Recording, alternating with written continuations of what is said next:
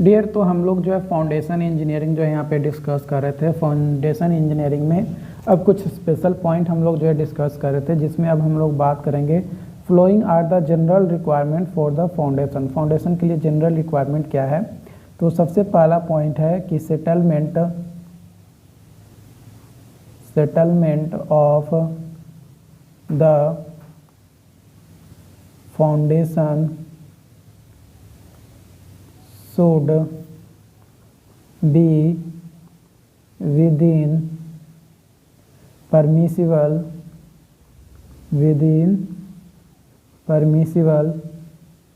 Limits, है ना। Permissible limit तक ही जो है सेटलमेंट हमारा होना चाहिए। दूसरा पॉइंट कि foundation must be safe against shear failure, है ना। शियर फेल्यूर के अगेंस्ट क्या होना चाहिए? फाउंडेशन सेफ होना चाहिए। उसके बाद तीसरा पॉइंट कि foundation should be located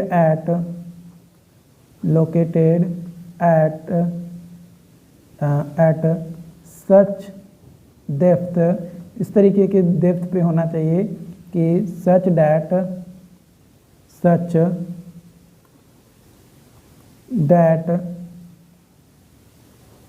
it's performance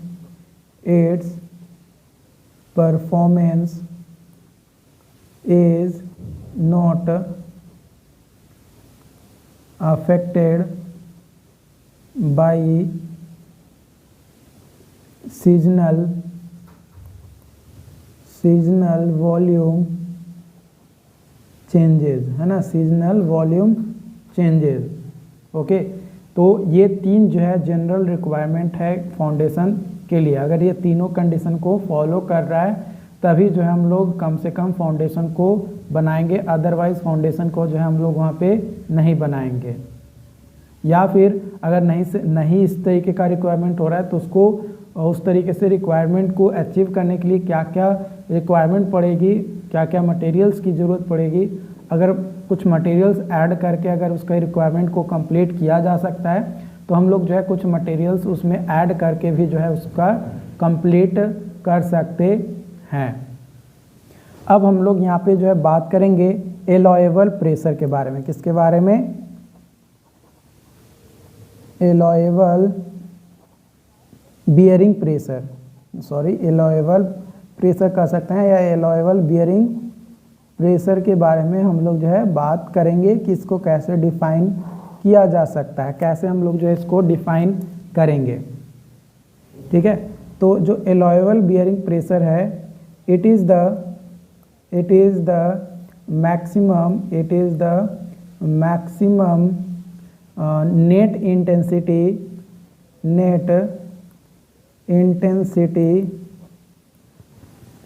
of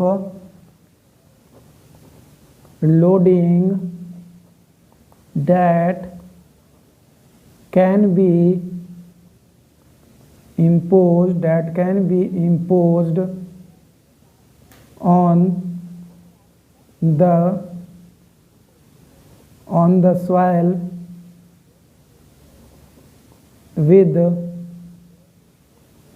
no possibility of shear failure or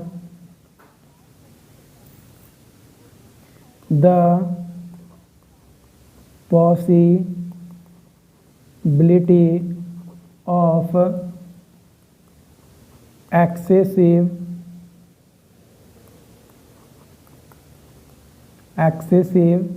settlement.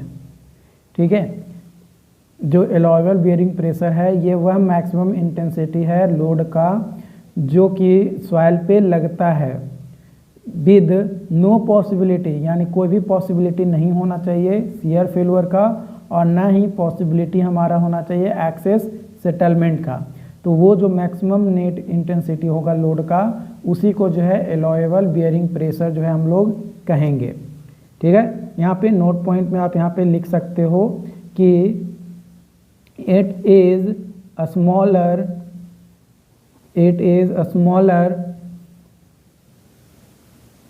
of net safe bearing capacity and safe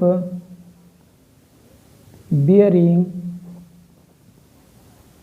pressure, है ना। ये स्मॉलर होता है नेट सेफ बियरिंग कैपेसिटी और सेफ बियरिंग प्रेशर से, है ना, कम इसका जो है वैल्यू होता है।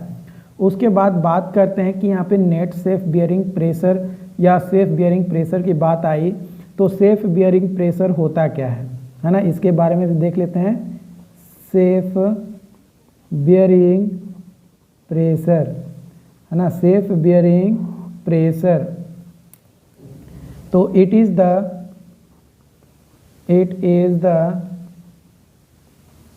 maximum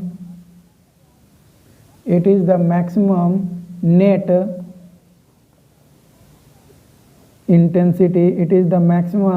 intensity of load that can be allowed on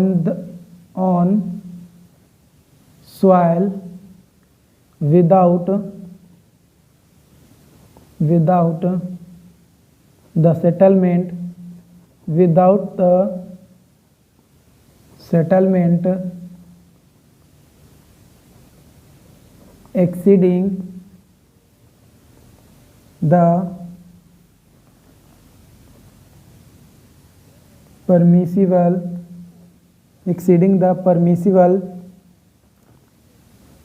value, है ना। जो सेफ बियरिंग प्रेशर है ये maximum net intensity of load है जो कि अलाउ किया जाता है सॉइल पे without settlement exceeding permissible value, permissible value को एक्सीड किए बिना जो maximum net intensity of load होगा जो सॉइल पे लगेगा, वही जो है सेफ बियरिंग कैपेसिटी जो है हमारा होता है। नोट पॉइंट आप यहाँ पे ये लिख सकते हो कि नो फैक्टर ऑफ सेफ्टी, कोई भी फैक्टर ऑफ सेफ्टी यूज नहीं होगा, is used when dealing with settlement, है ना। सेटलमेंट की मदद से जब हम लोग बियरिंग प्रेशर या अलाउएबल बियरिंग प्रेशर को कैलकुलेट करते हैं, तो उस कंडीशन में हम लोग कोई भी फैक्टर ऑफ सेफ्टी लेकर नहीं चलते हैं। ये चीज़ जो है आपको ध्यान रखना है, कोई भी फैक्टर ऑफ सेफ्टी जो है हम लोग यहाँ पे नहीं लेकर चलते हैं। ओके, तो डियर अब हम लोग यहाँ पे जो है बात करेंगे permissible settlement in shallow foundation, है ना। क्या बात करेंगे?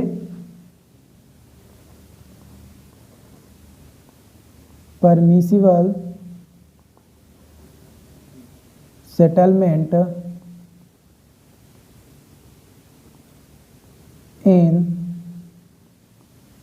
शैलो फाउंडेशन, है ना। शैलो फाउंडेशन में परमिसिबल सेटलमेंट कितना होगा उसके बारे में हम लोग जो है बात करेंगे। ठीक, तो यहाँ पे एक तरफ लिख देंगे टोटल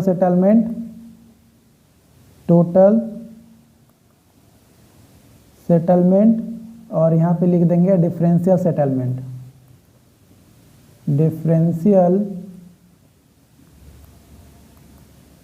सेटलमेंट।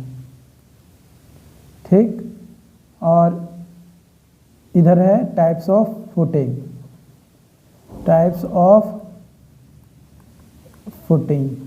ठीक है, ये 3 कॉलम जो है हम लोग यहाँ पे बना लेंगे। ओके, तो सबसे पहले जो टाइप्स है ये हम लोग यहाँ पे लेते हैं आइसोलेटेड फुटिंग। फर्स्ट में आइसोलेटेड फुटिंग ऑन क्ले। तो इसका जो टोटल सेटलमेंट होगा वो 65 mm होगा और जो डिफरेंशियल सेटलमेंट होगा वो 40 mm जो है आपका होगा। वही दूसरा बात किया जाए तो आइसोलेटेड फुटिंग ही लेंगे, बट इस बार जो आइसोलेटेड फुटिंग लेंगे वो आपका ऑन सैंड लेंगे। किस पे? ऑन सैंड लेंगे। तो सैंड पे जो आइसोलेटेड फुटिंग का जो टोटल सेटलमेंट होता है वो 40 mm होगा और जो डिफरेंशियल सेटलमेंट होगा वो 25 जो है आपका यहाँ पे होगा। उसके बाद तीसरा नंबर पे हम लोग जो है यहाँ पे रहेंगे रैफ्ट फुटिंग। तो ये जो रैफ्ट फुटिंग लेंगे ऑन क्ले, क्ले पे जब रैफ्ट फुटिंग लेंगे तो इसका जो टोटल सेटलमेंट होगा 65 से 100 mm होगा और डिफरेंशियल सेटलमेंट जो है 40 mm जो है आपका होगा। और चौथा रैफ्ट फुटिंग ही लेते हैं, है ना, रैफ्ट फुटिंग ही लेंगे ऑन सैंड।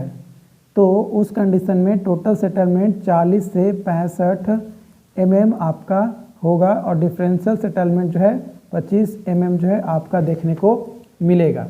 तो ये जो है आपके लिए इम्पॉर्टेंट है।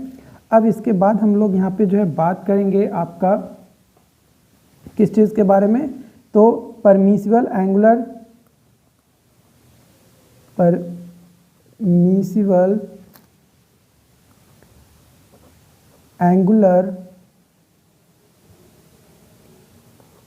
डिस्टॉर्शन। ठीक है, परमिसिबल एंगुलर डिस्टॉर्शन। तो ये क्या होता है? In the case of large frame structures, angular distortion must not exceed 1/500 in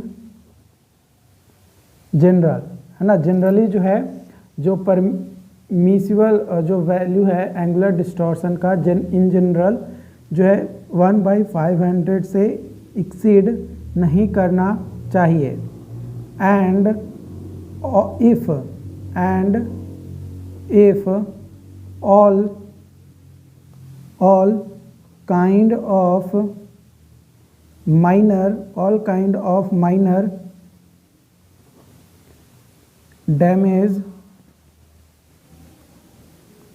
are to be prevented, है ना। और जो if all kind of minor damage है तो उसको जो है प्रिवेंट करेंगे, है ना, प्रिवेंट करते हुए देन एंगुलर डिस्टॉर्शन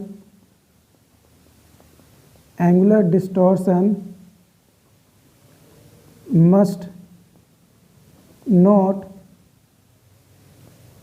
exceed 1/1000 से एक्सीड नहीं करना चाहिए। कब?